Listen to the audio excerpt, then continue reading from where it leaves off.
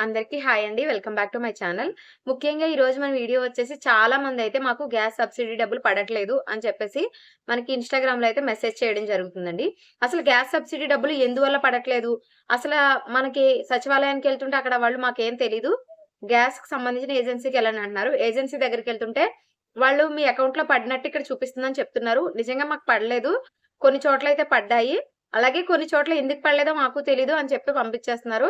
మాకేం తెలీదు సచివాలయాలకు వెళ్ళండని చెప్తున్నారు. సో, మేమేం చేయాలి అని చెప్పేసి ఇన్‌స్టాగ్రామ్‌లో అయితే నన్ను చాలా మంది అడుగుతున్నారండి మెసేజ్ చేసి. సో, వాళ్ళందరికీ కూడా ఈ వీడియో ద్వారా క్లారిఫై అయితే ఇస్తాను. ముఖ్యంగా 3 కారణాలుంటాయండి. ఈ 3 కారణాల్లో ఏదైనా సరే మీకైతే డబ్బులు పడవు. ఇంకొకటి మీకు డబ్బులు పడి తెలియని అవకాశం కూడా ఉంటుంది.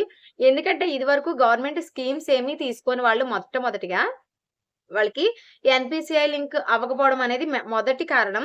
ఇది అందరికీ తెలిసిందే. చాలా వీడియోస్‌లో చెప్పేసారు కాబట్టి, మిగిలిన 2 కారణాలు ఏంటనేది నేనైతే ఈ వీడియోలో తెలియజేస్తాను.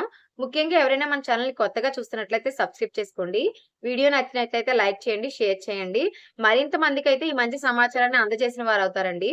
చాలా మంది మన ఛానెల్‌లో వచ్చిన విషయాన్ని కాపీ చేసి పెడుతుంటే వాళ్ళకి వ్యూస్ 10,000, 20,000, 30,000, 1,00,000 అలా వస్తున్నాయండి. మనం ఒరిజినల్ కంటెంట్ పెడితే మనకసలు వ్యూసే రావట్లేదు. మన దాంట్లో కాపీ కొట్టి సేమ్ కంటెంట్ నేను చేసిన తర్వాత వాళ్ళు మార్చి చెప్తున్నారు మళ్ళీ. అప్‌లోడ్ చేయగానే వాళ్ళకి వ్యూస్ వస్తున్నాయి. మనం ఒరిజినల్‌గా పెట్టినా మనకైతే వ్యూస్ రావట్లేదు. సో, ఒకసారయితే ప్రతి ఒక్కరు కూడా గమనించండి. మనం చెప్పాకే ఆ కంటెంట్ మళ్ళీ వాళ్ళు రిపీట్ చేసి మిస్టేక్‌ని తెలియజేస్తున్నారు. సో, ఇదొక్కటి కొంచెం గమనించి ప్రతి ఒక్కరు కూడా వీడియోనైతే షేర్ చేయడానికైతే ట్రై చేయండి. వీడియోని ఫుల్‌గా చూడడానికి ట్రై చేయండి.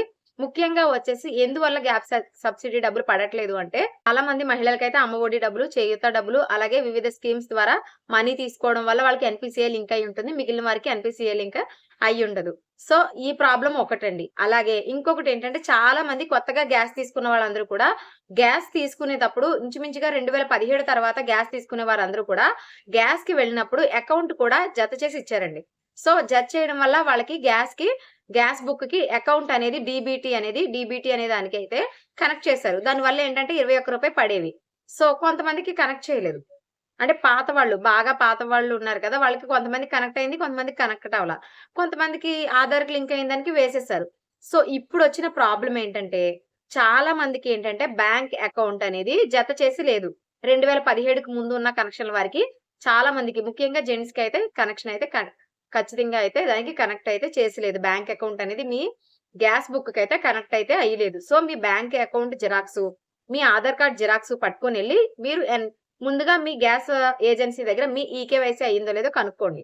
గ్యాస్ బుక్ కూడా పట్టుకొనెళ్లి. గ్యాస్ బుక్‌కి ఈకేవైసీ అయ్యింది అంటే, మీరు మీ అకౌంట్‌ని ఒకసారి మీ దానికి లింక్ అయిందో లేదో చెక్ చేయమనండి. లింక్ అయింది అంటే ఓకే. లింక్ అవ్వలేదు అంటే లింక్ చేపించే వాళ్ళొక పేపర్ ఇస్తారు. ఆ పేపర్ తీసుకెళ్లి మీరు బ్యాంక్‌లో ఇస్తే మీకు ఖచ్చితంగా సబ్సిడీ డబ్బులనేది మీ అకౌంట్‌లో పడిపోతాయి. ఈ ఒక్క రీజన్ అండి. ఇది చాలా మందికి తెలీదు. ఇది ఏ వీడియోలో కూడా చెప్పలేదు. ఇదొకటి మీరు తెలుసుకోవాలి. ఎందుకంటే ఇది చాలా చాలా ఇంపార్టెంట్. అందువల్లే డబ్బులు పడట్లేదు మెయిన్‌గా. ఇంకొకటొచ్చేసి చాలా మందేంటంటే ఈకేవైసీ చేపించుకోలేదు.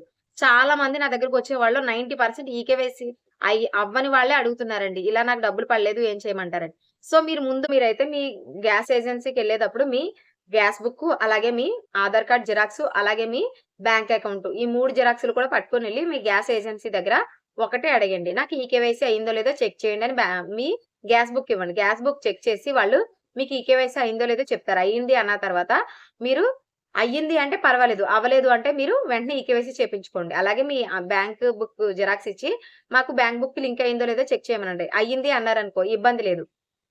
అవ్వలేదు అంటే గనక వాళ్ళు మీకు ఇది చేయమని అడిగితే వాళ్ళు చేసి మీకొక పేపర్ ఇస్తారు. అది పట్టుకెళ్ళి మీ బ్యాంక్‌లో ఇస్తే మీకు డీబీటీ అంటే ఎన్‌పీసీఐ లింక్ అయితే కనెక్ట్ చేస్తారు. అది ఎప్పుడైతే అవుతుందో మీకు డబ్బులైతే వెంటనే పడిపోతాయి. సో, ఇలా చేస్తే ప్రతి ఒక్కరికి కూడా 4 డేస్‌కి అమౌంట్ అయితే వచ్చేస్తుందండి.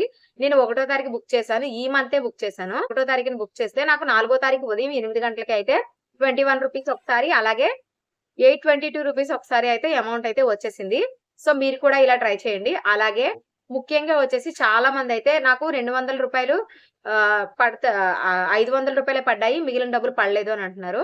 సో, ఏంటంటే అది ముఖ్యంగా ఉజ్వలలో ఎవరైతే గ్యాస్ తీసుకున్నారో వాళ్ళకి 500 మాత్రమే పడతాయండి.